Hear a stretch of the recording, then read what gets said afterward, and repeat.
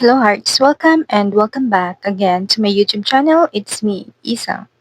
So, for today's video is pag-uusapan natin is bakit ba dapat nating i-stop yung sub to sub. Sa mga hindi po nakakaalam ng sub to sub, ito po yung kunyari is isa-subscribe mo yung channel ko at isa-subscribe din kita. So, ganun. So, at hindi ko po kinakahiya na galing po ako sa gano'n ngayon kasi mas mabilis po talagang dumami yung subscriber kapag nag-sub to sub ka. Pero, hindi organic yung viewers. Yun, kasi parang papanoorin lang nila or isa-subscribe ka lang nila dahil sa may kapalitan ka, dahil may utang ka pa sa kanya. So, kailangan mo yun, kailangan mong i-subscribe yung channel na yun at panoorin yung video na gusto niyang panoorin mo para lang magkaroon ng views. So, what if kung hindi mo nagagawin yun yung magpa-watch to watch or magpa-sub to sub.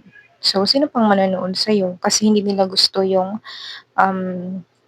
anong tawag nito, hindi nila gusto yung content mo, 'di ba? So, papanoorin lang nila kapag may kapalit, pero kapag wala, hindi ka nila papanoorin.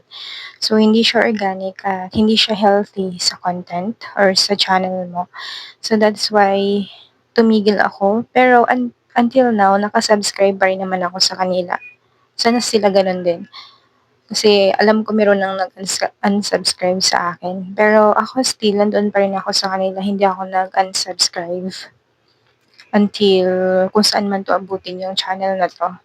But yun nga, hindi ko nababalikan yung mga videos nila kung natapos ko na yung yung content na dapat kong panoorin.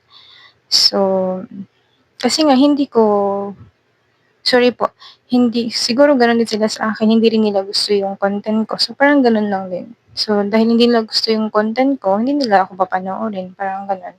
So, unlike kung, mag-focus ka sa yung ginawa mong pagwa-watch to watch, sub to sub is i-focus mo na lang sa paggawa ng, content para, para sa mga viewers na, resonated doon sa content na ginagawa mo.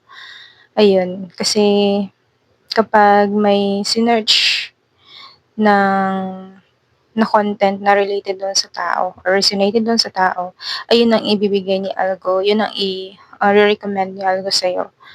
So, ayun, si algo na yung bahalang mag-recommend ng mga videos natin, basta focus lang tayo sa, content natin na maibibigay natin sa viewers natin, yung value na yung value na mabibigay natin sa viewers natin.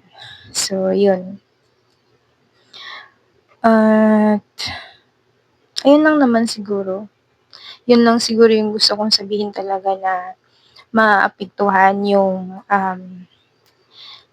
time mo kasi nga busy ka sa pakikipag-watch to watch and pakikipag-sub to sub. Maapektuhan yung quality or ang tawag nito, yung time mo sa paggawa ng video. Kasi nga busy ka sa meron ka pang ano, schedule para sa sub to sub or meron ka pang utang sa kanila na kailangan mong, gawin.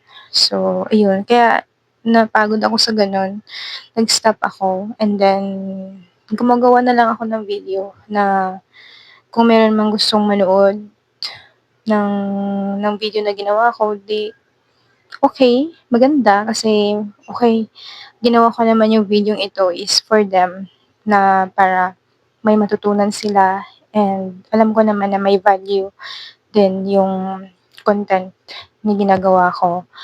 What I mean siguro hindi maganda yung camera ko or hindi kagandahan yung background ko, pero yung mga sinasabi ko although kahit minsan merong, parang nagsi-stop ako, nagsi-stutter, nabubulol, but then yung kabuuan ng content ko is alam kong, um, meron kayong mapupulot, meron kayong mapapala sa content ko. So, ayun lang siguro. So, sa lahat ng mga sa lahat ng isa lang pala, sa grupo ko diyan, hi sa inyo, and diyan lang kayo at hindi rin ako mag-a-unsubscribe sa inyo. But ayun nga, sa yun din yung napansin ko na alam mo yun, yung parang maybe siguro yung maganda rin siguro sa ano, sa sub to sub and watch to watch is, mapo-promote mo yung ano mo, yung channel mo, yung video mo na, "Ay ito pala yung ano niya, ito pala yung channel niya, ito pala yung mga content niya." So, kung nagustuhan ko siya, so babalikan ko siya, pero kung hindi, hindi, 'di ba? Gano'n. Ang maganda lang doon is napo-promote mo siya, na ito yung channel mo, ito yung mga content mo. Then kapag may napusuan yung nanood doon sa kasab-tusab mo, then babalikan nila. Pero usually kasi parang hindi naman ginagawa yun ng mga nagsa-sub-to-sub kasi ang goal nila is makarami ng subscribers at ng watch hours, ayun. So yun lang yung goal, maybe.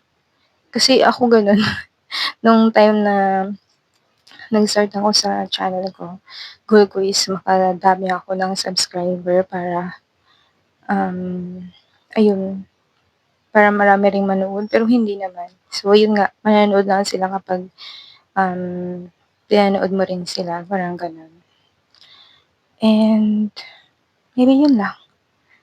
Yun lang for today's video at I like it, yung ganitong, video, yung walang script.